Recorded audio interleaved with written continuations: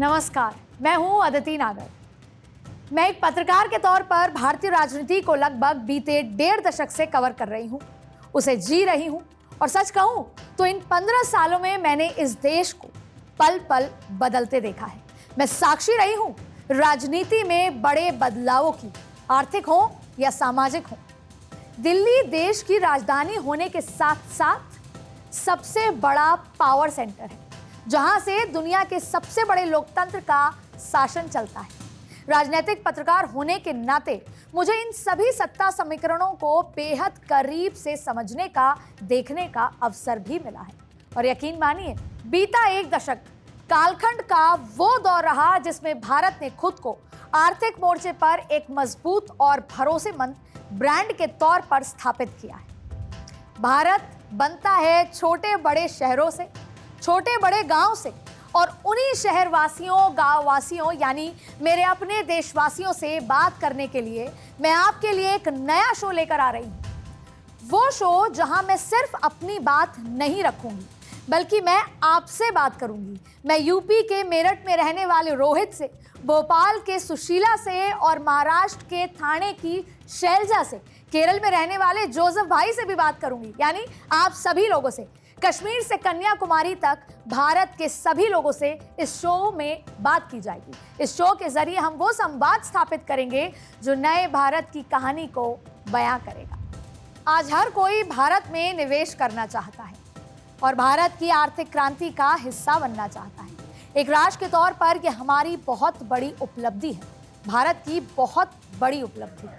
और ऐसे समय में जब पूरे देश आज़ादी का अमृत महोत्सव मना रहा है, भारत की आर्थिक तरक्की की इस यात्रा को हमारे और आपके लिए समझना बेहद ज़रूरी है, उसका मूल्यांकन करना बेहद ज़रूरी हो जाता है।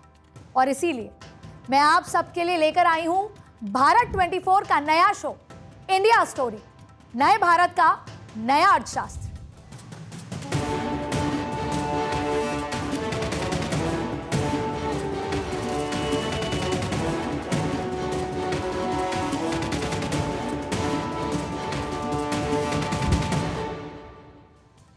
देखिए, कहते हैं कि परिवर्तन ही संसार का शाश्वत नियम है, और गीता के श्लोक में कहा गया है, कर्मण्येवाधिकारस्ते मा फलेषु कदाचन, यानी सिर्फ कर्म करते रहो। और हम भारत के लोग भी इसी सूत्र वाक्य में यकीन करते आए हैं। कर्म और परिश्रम में हमारा अटल भरोसा है। मजबूत नेतृत्व और अथक परिश्रम नए भारत की पहचान है। ये हर भारतवासी, आपके हमारे अथिक परिश्रम की ही ताकत है कि आज हम इस जगह खड़े हैं, कि आज दुनिया हमारी उपलब्धियों पर हमें सलाम कर रही है, हमारी आर्थिक उपलब्धियों पर चर्चा कर रही है। देश के प्रधानमंत्री नरेंद्र मोदी ने कहा कि 2024 में अब हम तीसरी सबसे बड़ी अर्थव्यवस्था बनने जा रहे हैं। आखिर प्रधानमंत्री के इस भरोसे की वजह क्या है? हम आने वाले 5 साल में, नए तीसरे टर्म में, हम देश की इकोनॉमी को तीसरे पर लाएंगे। हम आने वाले 5 साल में, नए तीसरे टर्म में, हम देश की इकोनॉमी को तीसरे पर लाएंगे। इसमें कोई शक नहीं कि आज भारत में दुनिया के लिए अपार संभावनाएं हैं।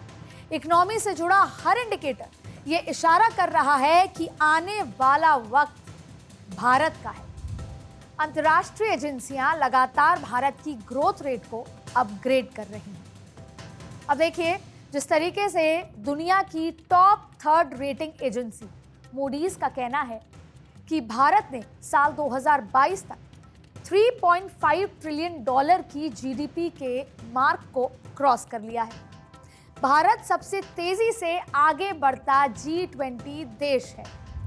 फाइनेंस मिनिस्ट्री का डेटा इस बाबत क्या कहता है वो भी देख लेते हैं। 2014 में भारत 10वीं पोजीशन पे था, 2019 में भारत 6ठी पोजीशन पे था, आज भारत 5वीं पोजीशन पे है। साथ ही भारत के चीफ इकोनॉमिक एडवाइजर वी अनंता नागेश्वरम क्या कुछ कहते हैं वो भी आपको बताते हैं। And if we continue to retain the path of 8% real GDP growth, it will translate into even 8% dollar GDP growth. So therefore, if we extrapolate it in the financial year 25-26 or by 26-27, with some luck, even in by 25-26 itself, we should be at a $5 trillion size in terms of nominal GDP. हम आंकड़ों पर भी जाएंगे, हम किस दिशा में आगे बढ़ रहे हैं वो भी आपको बताएंगे। हम आने वाले कुछ सालों में कैसे दुनिया की तीसरी सबसे बड़ी अर्थव्यवस्था बनने जा रहे हैं। 1 मिनट मुझे दीजिएगा। हेलो जी भैया, मैं स्टूडियो में हूं, आप प्लीज अंदर आ जाइए। जी जी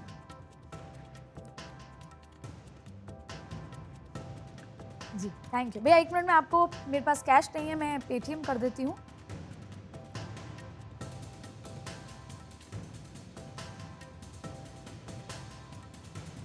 बिल्कुल, ये ठीक है, थैंक यू। तो मेरा सामान आना था और कैश नहीं है, तो ये जो ईज ऑफ डूइंग है, आप देखें मैंने सामान लिया और पेटीएम किया, जिसका मैंने अभी अभी यूपीआई पेमेंट किया और अभी अभी हाथों हाथ मैंने पेमेंट किया और पेमेंट उनके पास पहुंच गया। तो कभी दुनिया की नज़र में जादूगरों के देश रहे भारत से निकला ये टेक्नोलॉजी का वो जादू है जिसने पूरी दुनिया को अपना मुरीद बना लिया है। यूपीआई यानी यूनिफाइड पेमेंट इंटरफेस ने भारत में हर दिन होने वाले पेमेंट को क्रांतिकारी रूप से बदल दिया है। ये वही डिजिटल पेमेंट मेथड है जिस पर विपक्ष कभी ये तंज कसता है कि गांव में एक सब्जी वाला डिजिटल पेमेंट कैसे कर लेगा, वहां इंटरनेट कैसे आएगा। सरकार ने अर्थव्यवस्था का मजाक बना दिया है, लेकिन आज डिजिटल पेमेंट की इसी टेक्नोलॉजी को भारत से सीखने के लिए दुनिया के कई देश कतार में खड़े हुए हैं। आज भारत डिजिटल पेमेंट के मामले में दुनिया में पहले नंबर पर है। 2022 में भारत में करीब 9 करोड़ डिजिटल पेमेंट्स हुए हैं। ये पिछले साल पूरी दुनिया में हुई रियल टाइम डिजिटल पेमेंट का 46% है। मजे की बात यह है कि यूपीआई और डिजिटल पेमेंट ने भारत के हर वर्ग की जिंदगी आसान कर दी। एक छोटा सा उदाहरण मैं आपको यहाँ पर देना चाहूँगी कि आज सुबह जब मैं ऑफिस आ रही थी तो उसी समय मेरी बेटी का 15 अगस्त को डांस का प्रोग्राम है और उसने कहा कि आप जब ऑफिस से आओ तो एक झंडा लेते आना। रास्ते में मुझे एक झंडा लेना था, मैं रुकी। सड़क पर रेड लाइट पर एक महिला, जिसके लिए मुझे देखकर लग रहा था कि फ़ोन तो बहुत दूर की चीज़ है, क्या उसे 2 वक्त की रोटी ढंग से मिल पा रही है। मैंने उससे झंडा लिया। उसने मुझसे कहा कि 20 रुपये का झंडा है, आप 5 ले लीजिए। मैंने ले भी लिया, लेकिन मेरे पास कैश नहीं था, तो मैंने झंडे वापस कर दिए और कहा कि मेरे पास पैसे नहीं हैं। तो उन्होंने पलट के तुरंत तपाक से कहा कि आप मेरे मोबाइल पर भेज दीजिए, और मेरे पास उसका रिकॉर्ड है। मैंने 100 रुपये उनके मोबाइल पर भेजे। तो आज एक बड़ा कारोबारी हो या कोई छोटा कारोबारी हो, सभी इसका इस्तेमाल करते हैं। एक सब्जी बेचने वाला हो, जैसे मैंने आपको बताया कि चाहे झंडा बेचने वाला हो, चाहे पेन बेचने वाला हो, पंचर वाला हो, चाय पिलाने वाला हो, एक गृहिणी भी और कॉलेज जाने वाला युवा भी। डिजिटल पेमेंट सिस्टम ने भारत में आखिरी कतार में खड़े व्यक्ति तक के जीवन को कैसे बदला और यूपीआई ने भारत की अर्थव्यवस्था को कैसे मजबूत बनाया है, इसकी कहानी भी आपको देखनी चाहिए।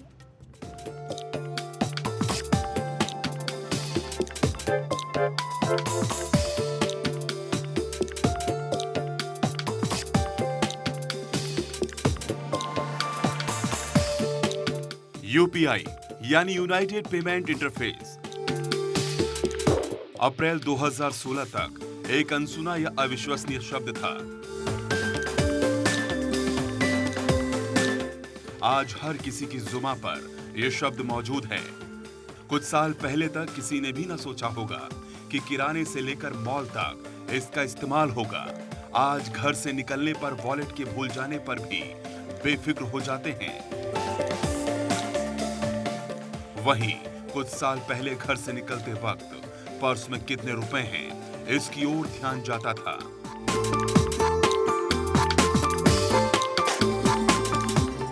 दो 2021 तक बाजार में यूपीआई की हिस्सेदारी में जबरदस्त बढ़त देखने को मिली है।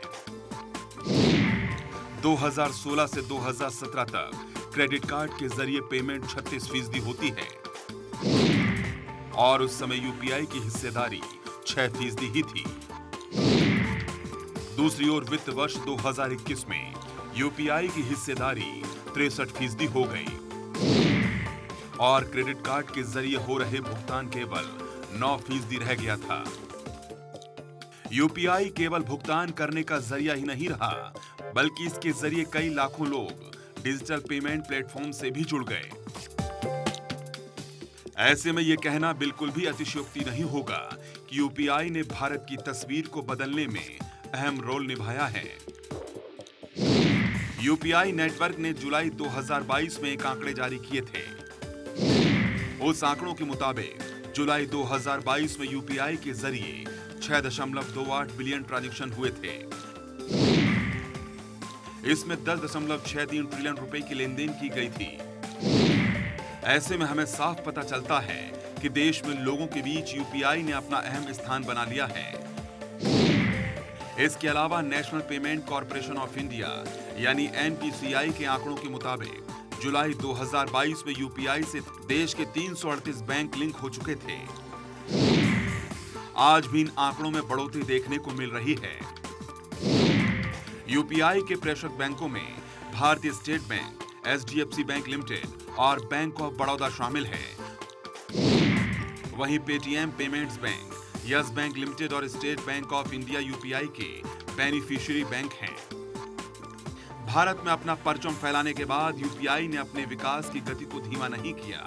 वो अब दुनिया में अपना परचम लहराने के लिए दौड़ शुरू कर चुका है। कई देशों में यूपीआई ने अपना परचम लहरा दिया है।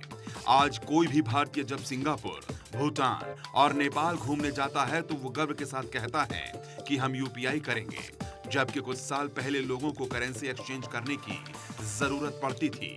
17 जून 2022 को एनपीसीआई ने घोषणा की थी कि वो यूपीआई के साथ लिंकेज कर रहे हैं। इस लिंकेज के बाद मलेशिया, वियतनाम और थाईलैंड जैसे कई एशियाई बाजारों में यूपीआई के जरिए पेमेंट शुरू हो गया। इसी के साथ जल्द ही यूएई तक यूपीआई पहुंच गया। यूपीआई की धमक धीरे धीरे पूरी दुनिया को अपनी जद में ले रही है। Bureau report, Bharat 24। अब आपको थोड़ा पीछे ले चलती हूँ 10 साल पहले, और आप भी नॉस्टैल्जिक हो जाएंगे कि हम किस तरह के फ़ोन का इस्तेमाल करते थे। ये फ़ोन था, इस तरह के फ़ोन का इस्तेमाल होता था, और अब इस तरह के स्मार्टफोन यूज़ होते हैं। इससे यूपीआई पेमेंट होता है। पूरी दुनिया इसमें है, सब कुछ इससे चलता है। बैंक हो, कोई बिल पेमेंट करना हो, गैस का पेमेंट करना हो, तमाम तरीके की, बच्चे की स्कूल भरनी, सब कुछ इससे होता है। ये है लाइव एग्जाम्पल भारत की तरक्की का। अब एक किस्सा सुनिए। 2013 की बात है। अमेरिका के सबसे बड़े इन्वेस्टमेंट बैंक में से एक मॉर्गन स्टैनली ने ये डर जताया था कि भारत की अर्थव्यवस्था ताश के पत्तों की तरह ऐसे ही भरभरा कर गिर सकती है, क्योंकि तब भारत की अर्थव्यवस्था विदेशों से आने वाले ऐसे निवेश पर निर्भर होकर रह गई थी जो बहुत जोखिम भरा निवेश था। मॉर्गन स्टैनली ने यह आशंका जताते हुए भारत की अर्थव्यवस्था को फ्रेजाइल 5 में शामिल किया था। इसमें भारत समेत टर्की, इंडोनेशिया, साउथ अफ्रीका और ब्राजील जैसे देश शामिल थे, और भविष्यवाणी की थी कि इन देशों की अर्थव्यवस्था जबरदस्त खतरे में है। आज 2023 चल रहा है। 10 सालों में वही मॉर्गन स्टैनली भारत की अर्थव्यवस्था का आउटलुक इक्वल वेट से ओवरवेट करने पर मजबूर हो गया है। यानी आज भारत का बाजार दुनिया भर के लिए निवेश का सबसे बड़ा ब्राइट स्पॉट बन गया है। लेकिन हैरानी की बात पता है क्या है? वो ये कि कभी फ्रेजाइल 5 में शामिल रहे सिर्फ भारत और इंडोनेशिया ही ऐसे देश हैं जिन्होंने सारी आकांक्षाओं को गलत साबित किया है। टर्की, ब्राजील और साउथ अफ्रीका की हालत अब भी पतली है। भारत 2027 तक तो दुनिया की तीसरी बड़ी अर्थव्यवस्था भी बन जाएगा, लेकिन 10 साल पहले तक ताश के पत्तों की तरह फ्रेजाइल भारत की इकोनॉमी आज पूरी दुनिया के लिए फौलाद कैसे बन गई, आपको बताते हैं इस रिपोर्ट के जरिए। तीसरे टर्म में दुनिया की पहली 3 इकोनॉमीज में एक नाम भारत का होगा।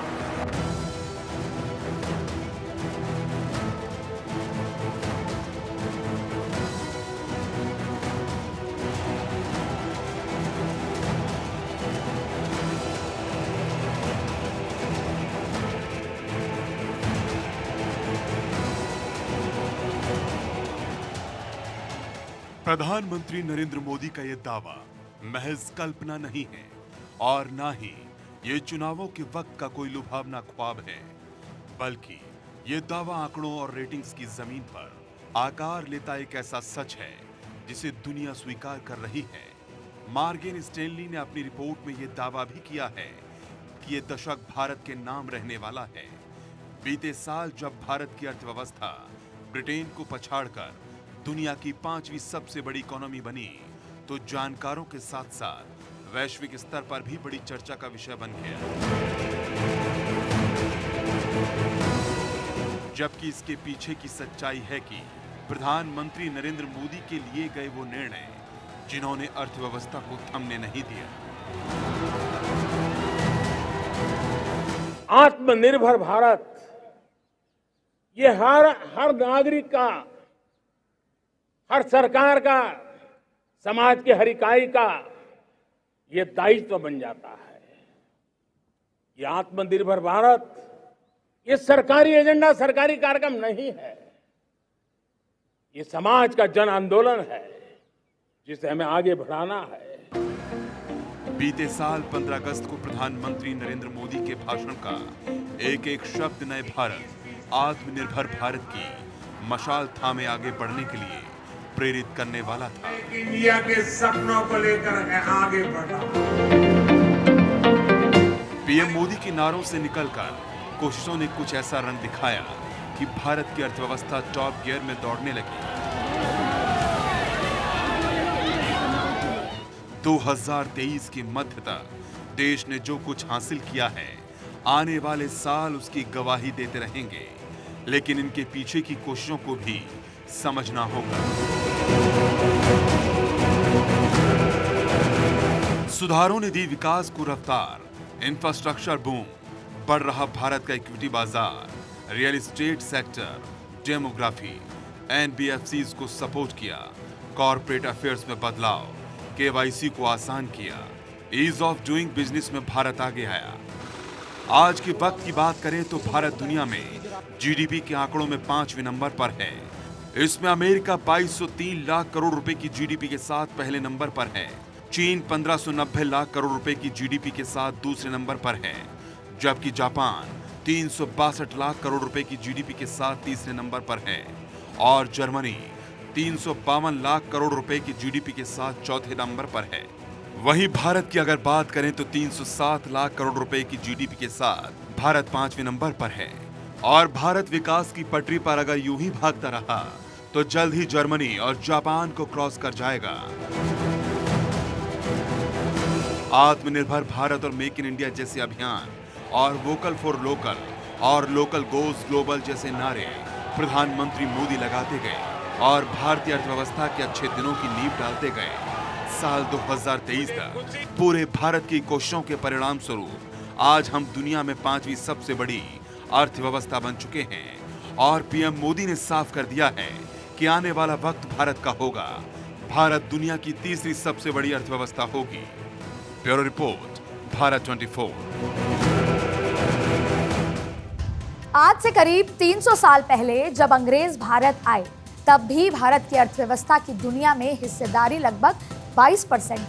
लेकिन क्या आप जानते हैं कि जब अंग्रेज भारत से गए तो भारत कहां पहुंच चुका था?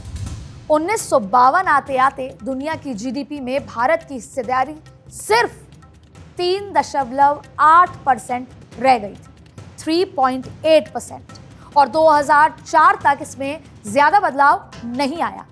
2007 में भारत की अर्थव्यवस्था $1 ट्रिलियन की हुई।